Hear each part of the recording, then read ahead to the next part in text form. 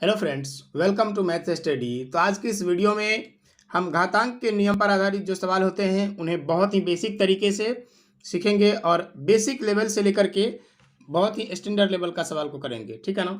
तो चलिए सबसे पहले हम लोग इनका बेसिक समझ लेते हैं, घातांक का कुछ रूल समझ लेते हैं। जैसे में मान लीजिए अगर कहीं पर a to the power N और इस पर a to the power N और इस पर होल पावर एम है, तो इसको हम लिख सकते हैं a to the power n n m. यानी अगर कहीं पर लिखा हो 2 पर पावर 3 और इस पर पावर 5, इसका मतलब ये हुआ कि 2 पर पावर 3 गुना 5 और इसको हम लिखेंगे 2 पर पावर 15।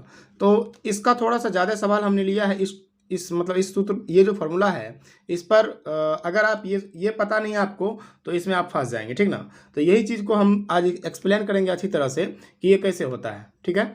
और दूसरी बात, अगर कहीं पर a to the power n गुना a to the power m है, यानी बेस समान है, तो क्या होगा, ये पावर जुट जाएगा। इसको हम लिख सकते हैं a to the power n plus m. ठीक है ना। ये दोनों चीज़ आपको याद रखना है। उसके बाद अगर यहाँ पे भाग का निशान है तो ये पावर घट जाएगा। ठीक ना।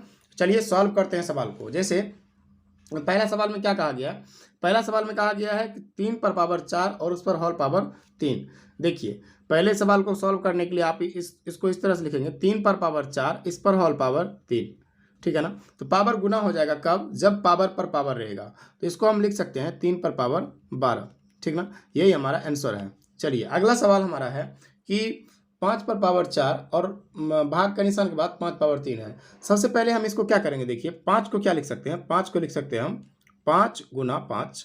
ध्यान से समझिएगा इसको, इस पर होल पावर 4 डिवाइडेड बाय 5 पर पावर 3। तो हम क्या करेंगे, यहाँ पर 5 पर पावर 5 मतलब 25 को लिख सकते हैं 5 गुना 5। तो यहाँ पर होगा 5 पर पावर 2 और 5 गुना 5 को हम लिख सकते हैं 5 पर पावर 2। जैसे 5 गुना 5, पावर यहाँ एक है, यहाँ भी एक है, इसको लिख सकते हैं 5 पर पावर 2, यानी कि 25 को हम लिख सकते हैं 5 का स्क्वायर, या डायरेक्ट इसको हम यहाँ पर 5 का स्क्वायर भी लिख सकते थे।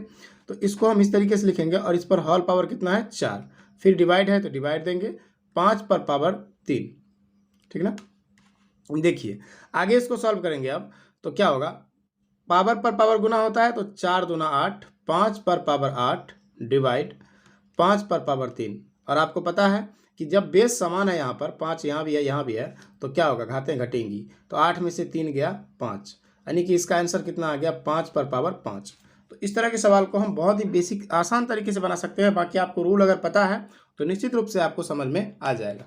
ठीक है। चलिए अगला सवाल लेते हैं। अगला सवाल में है कि अगर 3 पर पावर मतलब बटे में है, इसको हम इस तरीके से लिख सकते हैं। जैसे देखिए अगर 3 पर पावर 7 बटे में 3 पर पावर 2 है, तो हम इसको इस तरीके से लिख सकते हैं। जैसे 3 पर पावर 7 डिवाइडेड बाय 3 पर पावर 2। तो जब यहाँ बेस समान रहता है और पावर क्या होता है, बेस समान रहने पर और बीच में डिवाइड का निशान है, तो क्या होगा, घात घटेगा, यानी 5 माइनस 2, सॉरी 7 माइनस 2, 5 बचेगा। तो ये हो जाएगा हमारा 3 पर पावर 5 गुणा, इसको समझ गए होंगे आप। ये बहुत ही बेसिक चीज़ें हैं। जैसे यहाँ पर डिवाइडेड का निशान था, बेस समान था, तो घाते क्या हुई, 5 में से ये 7 में से 2 घटा तो क्या बचा, 5 बचा। फिर 3 पर पावर 5, फिर यहाँ बेस समान है, घाते जुटेंगी, तो 3 पर पावर 5 प्लस 5, यानी कि 3 पर पावर कितना हो गया, 10। तो बहुत ही बेसिक सा सवाल है। चलिए अगला एक अच्छा सवाल है, इसे सॉल्व करते हैं। देखिए ये वाला सवाल जो है, इसको हम बहुत ही आसान तरीके से सॉल्व कर सकते हैं। जैसे यहाँ पर देखिए 5 पर पावर कितना है, 5 पर पावर है 2 पर पावर है 5। तो इसको कैसे सॉल्व कर सकते हैं, यहाँ 5 पर पावर 2 है, तो देखिए 2 पर पावर 5 है, तो इसको हम इस फॉर्म में कैसे ला सकते हैं, 3 पर पावर 8 के रूप में। देखिए 3 पर पावर 8 पावर 3 है ना, तो हम क्या लिख सकते हैं, हम प्रयास करते हैं कि किसी तरह से, मतलब 2 पर पावर 5 जो है इसको 8 बनाने का, मतलब यहाँ पर किसी तरह से 8 बन जाए।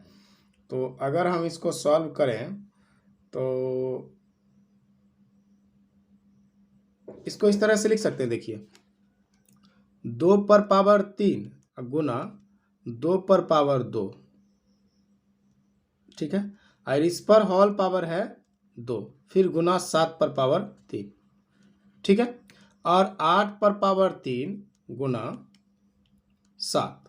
अब इसको जब आगे सॉल्व करेंगे तो क्या होगा, सो देखिए,